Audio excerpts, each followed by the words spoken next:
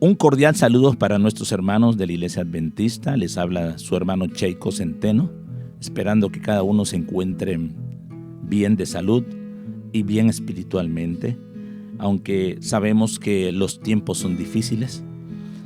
Por eso hoy queremos abordar un tema que no pueden dejar de compartir, hermanos. Este tema es sumamente importante. Se titula "Cuando el pecado es evidente, no se juzga. Se reprende, se reprocha y se amonesta". Muchos no entienden la diferencia entre lo que es juzgar, reprochar, reprender y amonestar. No entienden. De hecho, se nos ha enseñado dentro de la iglesia que nosotros no debemos de juzgar lo que hacen los dirigentes, lo que hacen los líderes de la iglesia, lo que hace cada uno de los hermanos. Pero las Sagradas Escrituras y lo que es el espíritu de profecía nos enseñan algo completamente distinto. En estos 45 minutos, nuevamente, espero poder sintetizar a ese punto. Vamos a tratar de abordar este tema de tal manera de que podamos entender por qué todos estamos facultados a reprochar lo que está mal dentro de nuestro entorno eclesiástico. Porque si nosotros tenemos que amonestar y reprender al mundo, hermanos, nosotros tenemos que haber aprendido también a reprochar y a mostrar lo que está mal dentro de nuestra iglesia, para que nuestro testimonio sea verdadero y que sea certero, para que la gente no nos juzgue a nosotros de mal manera. Eso sí sería juzgarnos de mal manera si nosotros estamos haciendo las cosas correctamente. Así que de inmediato yo voy a tratar de compartir con ustedes algunos textos de la Biblia y también algunos textos del espíritu de profecía. Yo les invito a que tomen lápiz y papel para que ustedes puedan apuntar cada una de las lecciones que yo les voy a presentar el día de hoy. Vamos a ir primeramente a un libro del espíritu de profecía donde la hermana White nos hace un llamado contundente a saber cuál es la posición que debe de asumir cada uno de los cristianos hoy en día. Esto es sumamente importante. Lo encontramos en el libro Deseado de todas las gentes, capítulo 37. A veces cuando leemos el espíritu de profecía, nosotros pasamos por alto muchas cosas porque leemos demasiado rápido. Yo siempre he dicho que cuando nosotros queremos leer y entender lo que estamos leyendo, tenemos que hacerlo pausadamente. Porque es como cuando usted está manejando su automóvil y usted va camino a algún lugar y necesita aprenderse el camino, usted tiene que ir pausadamente para poder comprender en dónde se encuentran cada una de las señales que nos indican cómo vamos a llegar a ese lugar. Y además usted también asimismo puede ir conociendo y viendo el panorama. Pero si usted va a 100 kilómetros por hora, 120, usted no se va a fijar ni por dónde pasó, no se va a recordar de las cosas que usted vio, porque simple y sencillamente lo está haciendo demasiado rápido. Lo mismo sucede cuando estamos estudiando las Sagradas Escrituras y el espíritu de profecía. Pero quiero que ustedes busquen, si les es posible, si tienen este libro, Deseado de todas las gentes, una cita maravillosa que aparece aquí y que nos apela directamente a nosotros como los cristianos, como pueblo remanente de Dios en esta época final. Miren, lo mismo que pasaba en la época de Cristo es lo mismo que está sucediendo hoy en día, tanto dentro del entorno de la iglesia como dentro del entorno administrativo, como en el mundo a nuestro alrededor. Y por eso Cristo tuvo que venir la primera vez, pero tuvo un propósito especial. Y en otro momento vamos a abordar ese aspecto para que podamos entender por qué era imperativo que ya a esas alturas, en ese punto de inflexión de la historia, Cristo estuviese acá en este mundo para terminar con todo lo que se había convertido en un relajo dentro del pueblo judío. Pero muy bien, vamos a leer esta cita porque es sumamente importante. Está en la página 322, parágrafo 2, y dice así: Jesús nunca compró la paz por la transigencia. Si nosotros pudiéramos parafrasearlo y agregarle algo más, podríamos decir por la transigencia con el pecado. ¿Por qué? Porque evidentemente nosotros, si queremos ser verdaderos cristianos, nosotros no podemos consentir con el pecado. Dice aquí: su corazón rebosaba de amor por toda la familia humana. Debemos de amarnos los unos a los otros. pero nunca fue indulgente con sus pecados. Pero no podemos ser indulgentes con los pecados que también cometen no solamente nuestros hermanos, sino también nuestros líderes. Amaba demasiado a los seres humanos para guardar silencio mientras estos seguían una conducta funesta para sus almas. Las almas que él había comprado con su propia sangre. Así que Jesús abría su boca para reprender lo que estaba mal.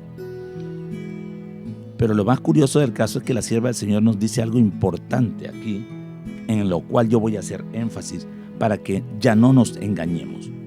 Él trabajaba para que el hombre fuese fiel a sí mismo, fiel a su más elevado y eterno interés. Los siervos de Cristo, oigan esta parte, son llamados a hacer la misma obra y deben velar, no sea que al tratar de evitar la discordia, traicionen la verdad. Tremenda cita. ¿Por qué? Porque cuando la sierva del Señor nos está diciendo que debemos de ser igual que Cristo en este aspecto, nos está diciendo que nosotros no podemos dejar cualquier cosa pasar cuando sabemos que le está haciendo daño a la congregación. Noten ustedes.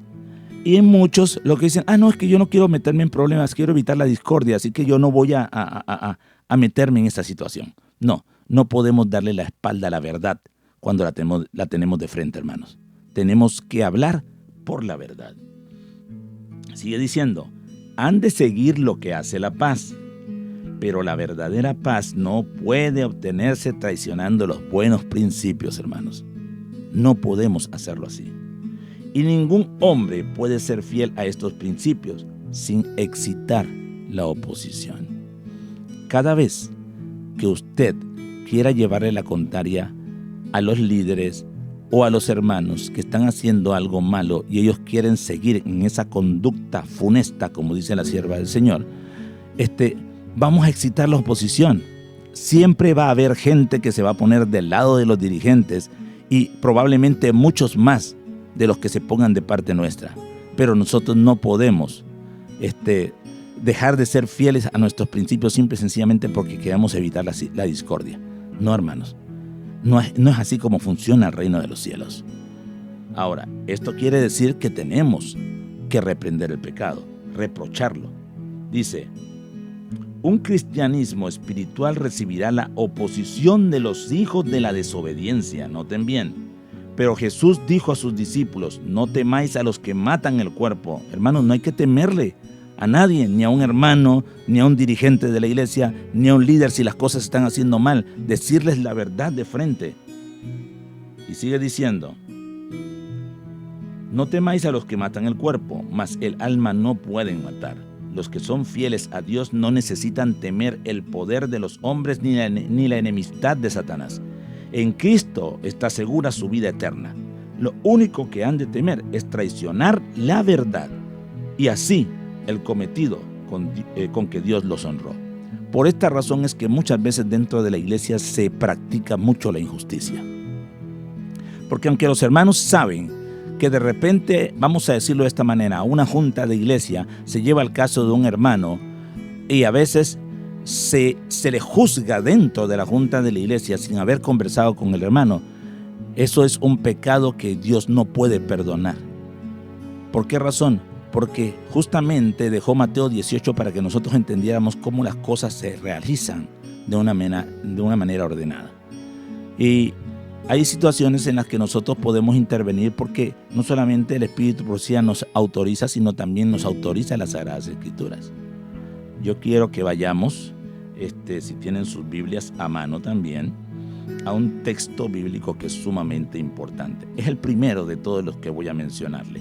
Vamos a buscar el libro de Levíticos en el capítulo 5 y el versículo 1.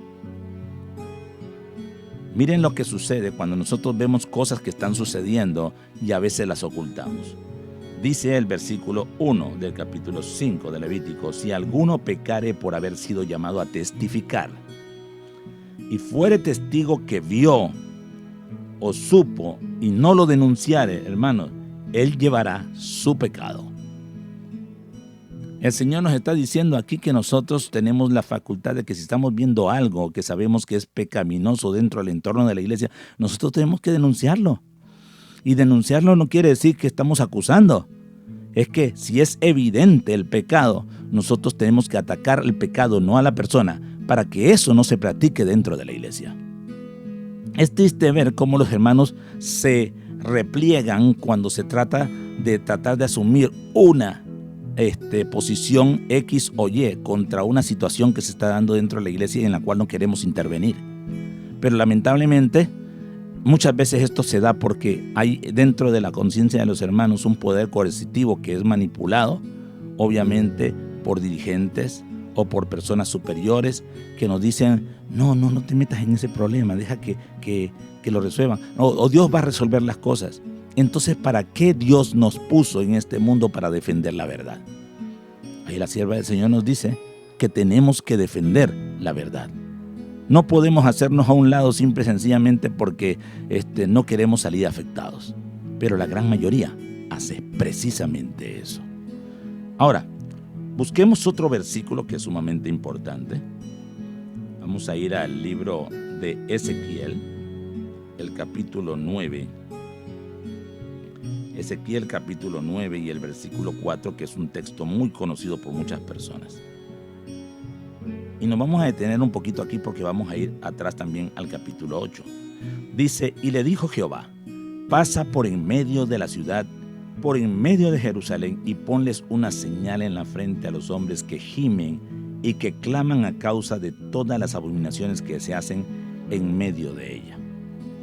Hoy en día nosotros, que nos consideramos el pueblo de Dios, debemos con mayor razón sentir realmente dolor por las situaciones que se dan a lo interno de nuestra iglesia, por las clases de abominaciones que están llevando a la iglesia a la apostasía general. ¿Por qué? Porque en todos los entornos se da el pecado, desde arriba de la cúpula administrativa hasta abajo donde nosotros los hermanos estamos siempre reuniéndonos y cambiando impresiones al respecto de las situaciones que están atacando a la iglesia. Pero, ¿qué sucede cuando nosotros levantamos nuestra voz ante un pecado que es evidente y que se sigue acariciando porque es beneficioso en muchos sentidos para la iglesia? Simple y sencillamente somos puestos a un lado, somos llamados disidentes. La gente tiene temor de ser llamada disidente o ser llamada alborotadores o hermanos apócrifos. Pero hermanos, vamos a ver qué era lo que sucedía en el pueblo de Israel en esa época, en la época de Ezequiel, que no sucedía solamente en la época de él, sucedió casi en todo el tiempo de la época de los profetas menores y también en la época de los profetas como Ezequiel, Isaías, Jeremías, Daniel, etc. Vamos a buscar entonces el capítulo 8 de Ezequiel y el versículo 7 hasta el versículo 12. También es un texto que los hermanos deben recordar muy bien. Dice, y me llevó a la entrada del atrio y miré, y he aquí en la pared un agujero. Ezequiel no era sacerdote, Ezequiel era parte del pueblo de Dios, no podía estar adentro del santuario. Pero miren lo que sucedió aquí. Había un agujero según la visión de Ezequiel. Y me dijo, hijo de hombre, cava ahora en la pared. Y cavé en la pared, y he aquí una puerta. Noten bien. Me dijo luego, entra y ve las malvadas abominaciones que estos hacen allí. Se supone que el pueblo de Israel sabía que en el santuario reposaba la presencia de Dios. Pero estos sacerdotes y dirigentes del pueblo de Israel, allí, a expensas de todos los privilegios que ellos tenían, ellos profanaron la casa de Dios. Ellos hicieron cultos y cosas en torno a la adoración de dioses paganos porque ellos querían estar bien con el entorno de las amistades que habían hecho con las otras naciones. Y es por eso que ellos trataban de tener buenas relaciones con las otras naciones, disminuyendo, por así decirlo, las normas que a ellos Dios les había dado para mantenerse como un pueblo sagrado. Pero ahora Ezequiel mira adentro del santuario y dice: entra y ve las malvadas abominaciones que estos hacen allí. ¿Quiénes? Entré pues, dice Ezequiel, y he aquí toda forma de reptiles y bestias abominables, y todos los ídolos de la casa de Israel que estaban pintados en la pared por todo alrededor. La idolatría se había metido en el pueblo de Israel para consentir también con las ideologías foráneas que habían estado adquiriendo, y eso es justamente lo que nosotros hemos estado haciendo hoy en día. Eso no cambió, hermanos. Tuvo que venir Cristo para desestimar todo este servicio del santuario y su propia liturgia, haciéndose Él el sacrificio eterno por cada uno de nosotros. Y sigue diciendo el versículo 11: y delante de ellos estaban 70 varones de los ancianos de la casa de Israel, y Jaazanías, hijo de Safán, en medio de ellos, cada uno con su incensario en su mano, y subió una nube espesa de incienso. Yo voy a hacer un llamado a los ancianos de iglesia. La mayoría de los ancianos de iglesia hoy en día, casi por conveniencia, siempre son escogidos casi en todas las iglesias. Y probablemente algunos van a discrepar conmigo en este concepto, pero es una realidad. ¿Por qué? Porque se necesita tener elementos que sean fácilmente manipulables por la organización para poder introducir o hacer prosperar cada una de las ideas que se quieren introducir dentro de la iglesia. Cosas que en realidad antes no se hacían, pero que ahora se están haciendo por esas ideologías foráneas que nosotros hemos estado aceptando. Ahora, si se dan cuenta, estamos haciendo exactamente lo mismo que hacían en el pueblo de Israel antiguo. Exactamente lo mismo. Todas esas cosas que nosotros estamos permitiendo que se hagan dentro de nuestras iglesias hoy en día, que hace 30, 40 años no se hacían, son filosofías que estamos trayendo de afuera, las estamos importando y las estamos normalizando dentro de nuestra iglesia. La forma de manejar los diezmos, la forma de vestirnos los hermanos en la iglesia, la forma en la que ya no le estamos dando respeto a la iglesia y la irreverencia que hay, la forma en la que la liturgia de los cultos ahora se ha cambiado tanto, ya no se siente tan sagrado como se hacía antes en un culto divino, por ejemplo, y muchas de estas cosas han ido poco a poco cambiando. Pero los pastores no reclaman nada, no dicen nada, porque en realidad ellos no saben ni cómo era la iglesia anteriormente. Ellos solamente están viviendo lo que ahora se ha llamado la teología de la última generación. Y en esa teología, hermanos, estamos cayendo en un bache tan, pero tan peligroso, del cual vamos a hablar ahora, más adelante. Y sigue diciendo la parte final: y me dijo: hijo de hombre, ¿has visto las cosas que los ancianos de la casa de Israel hacen en tinieblas, cada uno en sus cámaras pintadas de imágenes? Porque dicen ellos: no nos ve Jehová, Jehová ha abandonado la tierra. Así mismo estamos nosotros hoy en día. Actuamos porque sentimos que Dios no nos ve. Pero aquellos que tenemos todavía un poco de conciencia, que sabemos que Dios ve cada una de las situaciones que nosotros estamos viviendo, estamos conscientes de que Dios está apuntando cada detalle de cada cosa que nosotros hacemos, ya sea para nuestra perdición o para nuestra salvación. Es triste, hermano, entender hoy en día de que la gente ha perdido el discernimiento para poder entender y captar realmente la diferencia entre lo que está bien y lo que está mal. Entonces, mucha gente se está yendo de la iglesia justamente por estas situaciones, porque ven que la iglesia ha flexibilizado tanto las normas que ahora nosotros estamos perdiendo el rumbo de lo que somos o de lo que siempre habíamos sido. La iglesia adventista fue un pueblo especial, es un pueblo especial, ha sido levantado para un mensaje especial, y Dios va a derramar su Espíritu Santo sobre aquellos que realmente sí están viendo y siguiendo los acontecimientos tal y como deben de hacerlo. Así como en Ezequiel 9:4 nosotros vemos que van a ser sellados. Algunos dentro de la iglesia también van a ser sellados. Y se los voy a leer de nuevo porque creo que en el artículo pasado que estuvimos estudiando, yo se los leí en Romanos capítulo 9 y el versículo 27. Romanos 9:27 dice lo siguiente: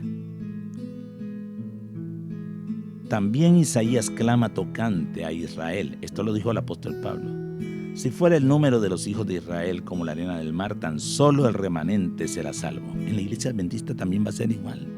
No crean ese cuento de que les dicen, si no estás en la iglesia te vas a perder, porque llenan de temor y de miedo a los hermanos. Muchas veces el Espíritu Santo está tratando de hablar con nosotros. No porque tengamos que salirnos de la iglesia, porque también tenemos que recordar que Cristo, a pesar de que sabía cómo estaba el pueblo de Israel, le dijo a los apóstoles, tienen que permanecer en Jerusalén hasta que el Espíritu Santo sea derramado. Asimismo les digo yo, permanezcan dentro de la iglesia adventista hasta que el Espíritu Santo de Dios sea derramado, y que de hecho ya está sucediendo, hermanos, porque hay muchas voces que se están levantando. Las piedras están hablando, hermanos. ¿Por qué? Porque ya la iglesia dejó de ser lo mismo que era antes. Muy bien, hermanos, uno de los textos más importantes que nosotros podemos utilizar para enseñarles a los hermanos que todos tenemos derecho de reprochar el pecado dentro de nuestra iglesia es el texto de Isaías 58:1. En la lección de escuela sabática me llamó mucho la atención que utilizaron solamente la mitad. Y muchos sabemos este texto de memoria. Dice, clama a voz en cuello, no te detengas, alza tu voz como trompeta. Hasta allí lo dejaron en la lección de escuela sabática. Pero ¿por qué no se colocó el resto del versículo? Y anuncia a mi pueblo su rebelión y a la casa de Jacob su pecado. Muchos de los que fueron llamados para poder llamar la atención de los dirigentes de Israel cuando estaban haciendo las cosas mal, fueron profetas. Otros no fueron ni siquiera profetas, como en el caso de Nehemías.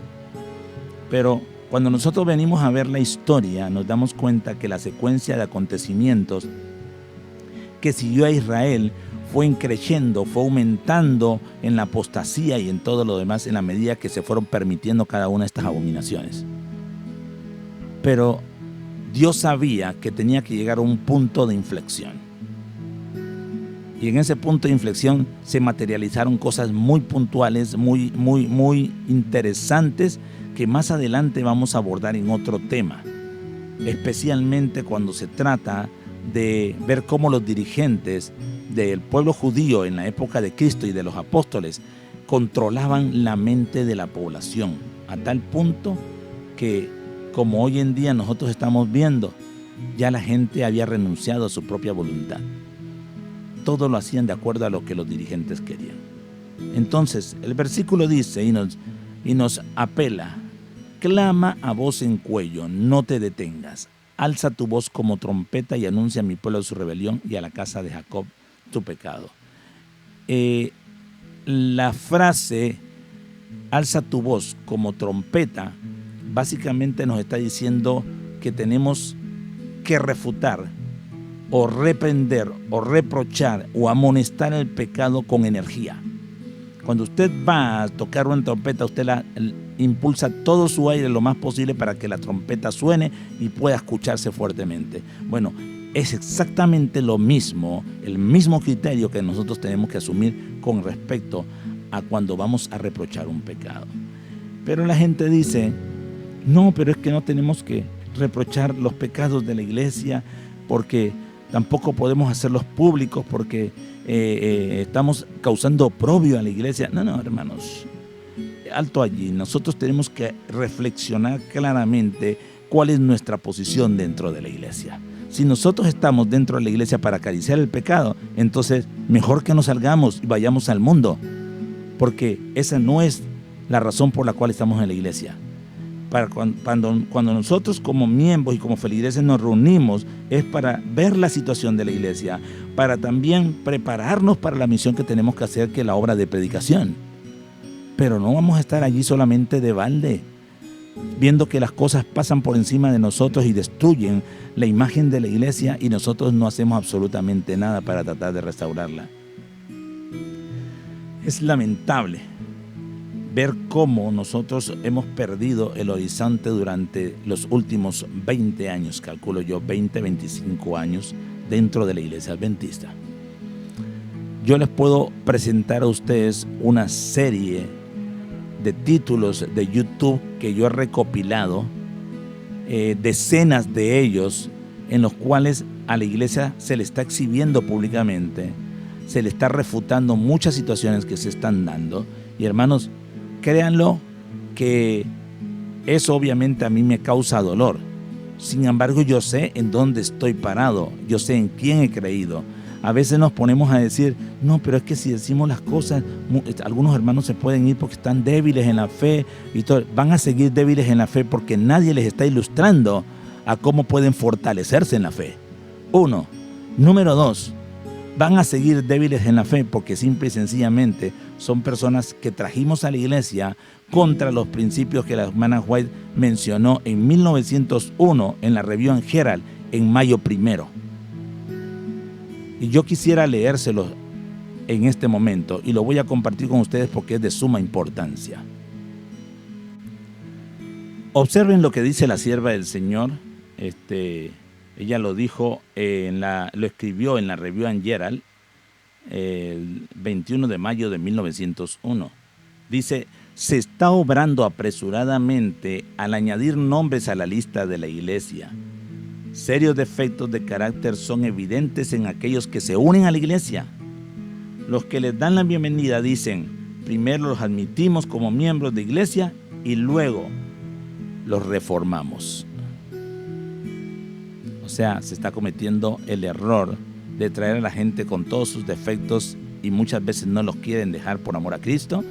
Y después vamos a tratar de ver si los reformamos y como no se logra ese propósito, las personas tarde o temprano se van. Eso es lo que está diciendo la sierva del Señor. Y lo está diciendo en una época donde las campañas eran de 3 meses, hermanos. 3 meses. Hoy en día las campañas son de 1 semana. ¿Qué fundamento sólido nosotros le podemos dar a un grupo de personas que se acaban de bautizar para que se mantengan dentro de la iglesia? La iglesia adventista en la actualidad está perdiendo más adeptos de los que se está ganando. Porque no se está predicando el mensaje de Cristo en la iglesia adventista. No se está llevando a cabo ese trabajo. Entonces, ¿cómo queremos nosotros terminar la obra si la propia organización no tiene un proyecto realmente evangelístico sólido y que sea monumental para que llegue a todas partes del mundo? Y que sea constante, porque solamente de esa manera se va a poder terminar el mensaje. Las Sagradas Escrituras no dicen, y será predicado el evangelio de la iglesia adventista a todo el mundo y entonces vendrá el fin. No, dice, será predicado este evangelio a todo el mundo, el evangelio de Cristo, y entonces vendrá el fin. Pero ese evangelio no está restringido a una marca registrada como denominación. Nosotros tenemos un mensaje maravilloso con el cual nosotros tenemos que testificar al mundo. Y ese mensaje es un mensaje sólido, hermanos, créanlo. Y esa verdad que nosotros profesamos, tarde o temprano va a llegar a aquellos corazones en la hora 1/10. Personas que ellos han estado buscando la verdad y que cuando nos escuchen testificar, porque vamos a hacerlo delante de muchas personas, delante de reyes, de príncipes, de autoridades civiles y lo que sea, porque eso es lo que dice la Sagrada Escritura y la Biblia. Digo, las Sagradas Escrituras y el Espíritu de Profecía. Hermanos, créanlo, eso va a suceder. Allí cuando el Espíritu Santo se va a derramar con toda su fuerza, porque esas personas que se van a atrever a ser valientes van entonces a predicar el mensaje sin temor y sin cobardía. La lección de escuela sabática utiliza ese versículo, no sé con qué propósito, pero hermanos, la cobardía justamente es la que ahorita mismo nos tiene limitados a consentir con el pecado dentro de nuestro entorno. Y lamentablemente, si tenemos miedo de confrontar el pecado dentro de nuestra iglesia, vamos a tener miedo de testificar por Cristo fuera de ella, especialmente hablándole a la verdad a las autoridades y a las personas que tienen poder, ya sea civil o social o como sea. Hermanos, van a tener temor de hacerlo. Yo quiero realmente ser enérgico en este llamado. Cada uno de nosotros tenemos una responsabilidad dentro de la iglesia. Y esa responsabilidad no puede ser restringida por el temor. Tenemos, porque el Espíritu Santo de Dios, a través del Espíritu de Profecía y la palabra de Dios, que hacer frente a esta situación dentro de la iglesia. Porque si no lo hacemos, entonces nos vamos a perder, hermanos. Créanlo. Dice a la sierva del Señor, debemos estudiar la verdad por nosotros mismos. No deberíamos depender de ningún ser humano que piense por nosotros, o sea, ni siquiera de los pastores, óigase bien. No importa quién sea ni en qué puesto se encuentre, no hemos de mirar a ningún hombre como el criterio perfecto para nosotros. Debemos reunirnos para recibir consejo y estar sujetos unos a otros, pero al mismo tiempo hemos de ejercitar la capacidad que Dios nos ha dado para conocer la verdad. Esto se llama tener libertad de conciencia. Cuando yo tengo libertad de conciencia, me siento en el derecho de hablar con la verdad y decirles, esto está mal y tenemos que corregirlo. Pero triste y lamentablemente, el temor sobrecoge a la gran mayoría de las personas. Dice las Sagradas Escrituras, Dios no nos ha dado espíritu de cobardía. Y para colmo, en el libro de Apocalipsis, el primer grupo de personas que no va a entrar al reino de los cielos van a ser los cobardes. Y busquen ustedes, solo busquen en una Biblia que tenga concordancia y busquen la palabra cobardía o cobardes y ustedes se van a dar cuenta que ahí está. Los primeros que van a ser desechados para el reino de los cielos son los cobardes. Y no es que querramos sentirnos lo más valientes o algo por el estilo, porque siempre existe el temor. Pero el Señor nos dice, no temas, que yo estoy contigo. Y creo que el que tiene esto bien claro en su mente, hermanos, siempre va a intentar hacer lo correcto. Yo les digo a los hermanos las palabras que la sierva del Señor dijo, perdónanos, Señor, porque hemos silenciado el púlpito, porque hemos evitado la confrontación, porque hemos suavizado la verdad para no incomodar. Imagínense ustedes. Estas palabras son fuertes, porque para todos aquellos que dicen de que no tenemos que estar juzgando a los hermanos por lo que hicieron, o por esto, por el otro, igual los llevan a las juntas de iglesia y ahí se juzgan, y en las juntas de iglesia se deciden qué se va a hacer con ellos. Eso es juzgar, hermanos. Y a veces ni siquiera se les da la oportunidad de defenderse. Lamentablemente a muchos que utilizan la verdad para poder confrontar el pecado, se nos quita el púlpito, porque el púlpito es la trinchera de los dirigentes para poder mantener un discurso. Y yo no consiento con eso, hermanos. Cada uno de nosotros debemos de tratar de ser lo más veraces posible en lo que decimos y en lo que hacemos. El tiempo se está acabando, hermanos. Hay cosas más fuertes de las que yo les voy a hablar en los siguientes temas. Pero yo espero que cada uno de nosotros comprenda de que Dios nos ha dado una oportunidad maravillosa, no solamente para reprochar el pecado dentro de nuestra iglesia, sino también en el mundo. Porque la sierva del Señor habla de ambas cosas. Pero si no tenemos el valor de hacerlo dentro de la iglesia donde se supone que hay amor, no vamos a tener valor de hacerlo en el mundo, hermanos. Créanlo que no lo vamos a tener.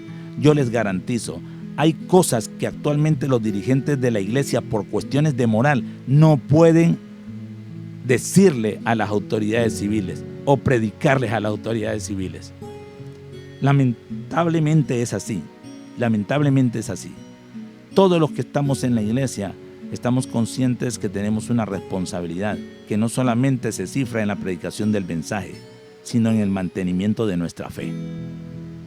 Y mantener nuestra fe, aprender a entender que cada uno de nosotros tiene la responsabilidad de reprochar lo que se está haciendo mal, la abominación que está entrando dentro de la iglesia. En el próximo tema que yo voy a abordar, probablemente habrán cosas que no les gusten a más de 4 personas, pero que son una realidad dentro de la iglesia y que tenemos que experimentarlas para que nosotros sepamos realmente dónde estamos parados. Nuestra vida espiritual no solamente va a depender de que nosotros leamos, estudiemos, oremos mucho, sino de cómo actuemos y cómo testifiquemos. Porque nuestra testificación no solamente debe ser para el mundo, debe ser para nuestros propios hermanos y que vean en nosotros de que nosotros estamos buscando tener un espíritu de santidad. Hermanos, se están cuestionando tantos temas de la iglesia en la actualidad y especialmente por nuestros líderes que yo necesito urgentemente en el próximo video, que lo voy a hacer muy pronto, poder dilucidar algunas de estas cosas que ahora están siendo consideradas como herejías en la iglesia, pero que siempre fueron fundamentos de la iglesia adventista del séptimo día.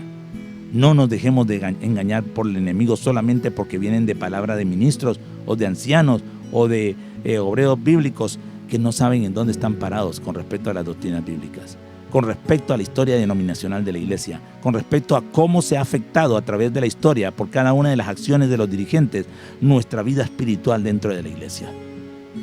Y les insto, hermanos, a estudiar a ustedes personalmente. No, como les dije hace un momento, no dejen que otras personas sea el criterio de ustedes, ni siquiera yo mismo. Investiguen por su propia cuenta y se van a dar cuenta de que todo lo que aparece en las Sagradas Escrituras nos inspira y nos dice que nosotros tenemos que tomar acciones ante cualquier situación, sea buena o sea mala. Si es buena, para honra y gloria de Dios, la predicación y echar adelante el mensaje. Pero si es mala, para poder reprocharla y sacarla de nuestro medio porque está destruyendo la espiritualidad de la iglesia. Ahora bien, termino diciendo esto. Yo puedo decir 1000 cosas, pero el único que tiene la capacidad de cambiar su entorno es usted. No soy yo no puedo cambiarlo a usted. Pero si usted cree que lo que yo estoy diciendo es mentira, vaya a Sagradas Escrituras y también vaya al Espíritu de Profecía. El Espíritu de Profecía tiene muchas cosas más. La sierva del Señor nos invitó incluso, óigase bien a lo que estoy diciendo, a protestar cuando las cosas se hacen mal. Mira lo que les voy a leer aquí, en este libro que mi padre tenía. Este fue un libro recopilatorio de un seminario de liderazgo cristiano que se hizo en 1974. Y esta recopilación la hizo la página impresa en aquella época, que ni siquiera se llamaba YATPA, creo yo. Pero vamos a ver qué es lo que nos dice la sierva del Señor, reprochando el mal. Y quiero terminar con esto. Dice la hermana White que debemos protestar. Tiempo de protestar. Dice ella aquí, deberíamos protestar cuando haya hombres en la iglesia que aman más las riquezas que la justicia y que están dispuestos en todo momento a sacar ventaja de su prójimo por medio de negocios injustos. Deberíamos mantener silencio acerca de hombres en posiciones de liderazgo y maestros que trabajan bajo el poder de ideas y sofismas espiritistas, engañando a las almas por temor a dañar su influencia. Satanás aprovechará todo lo que pueda con el fin de lograr oscurecer las mentes y dejarlas perplejas en cuanto a la obra de la iglesia. La palabra de Dios y las palabras de amonestación que el Señor nos ha dado por medio de los testimonios de su Espíritu para proteger a la pequeña manada de las sutilezas del enemigo están presentes. Manuscrito 72, 1904, página 6. Apreciados hermanos, yo entiendo claramente de que no es tan fácil a veces confrontar el pecado porque uno busca evitar tener discordias con los hermanos, con los pastores o con cualquiera que haya cometido pecado en la iglesia o que esté intentando introducir pecado a la iglesia. Pero lo que nosotros vemos y que salta a la vista, hermanos, tiene que ser reprochado. Si nosotros no lo hacemos, lamentablemente no estamos cumpliendo con la voluntad de Dios. Porque nosotros no solamente estamos para predicar, estamos para mantener a nuestro cuerpo unido, a nuestra iglesia unida en el verdadero criterio de adoración que debemos de rendirle a nuestro Dios. Si nosotros no lo hacemos, nosotros vamos a caer en la misma situación en la que cayó el pueblo de Israel antiguo. No cuestionaron nada y llegaron a ser desechados. Incluso hasta asesinaron a Jesús justamente porque ya no tenían discernimiento de lo que realmente tenía que ver con el Mesías que habría de venir. Pero nosotros hoy en día sabemos que Cristo está a las puertas. Tenemos un mensaje que predicar. Y si no lo hacemos en unidad, no vamos a lograr dar ese golpe de autoridad que la Iglesia Adventista tiene con su palabra, con su obra de predicación. Miren, termino con este versículo que es sumamente importante para cada uno de nosotros. En el capítulo 1 de Romanos. Y lo digo porque lamentablemente hay muchas personas que se prestan para esto. En el versículo Romanos capítulo 1 versículo 18 dice lo siguiente: porque la ira de Dios se revela desde el cielo contra toda impiedad e injusticia de los hombres que detienen con injusticia la verdad. Hermanos, el único propósito del Evangelio de Cristo es la verdad, porque solamente con la verdad se consigue hacer justicia. Y si nosotros vamos a ir por el lado contrario a la verdad, sencillamente vamos a estar del lado de Satanás, del lado del enemigo. Así que yo les insto, hermanos, a que hagamos todo lo posible para que cuando ustedes ven alguna pizca de injusticia en alguna situación, alguna vez ven un pecado dentro de la iglesia o algo que ustedes saben que nosotros como adventistas no debemos de estar practicando, hermanos, simple y sencillamente levante y clame y alce su voz como trompeta, porque es una autorización que Dios te ha dado a ti y me ha dado a mí. Que Dios te bendiga, es mi deseo en esta ocasión.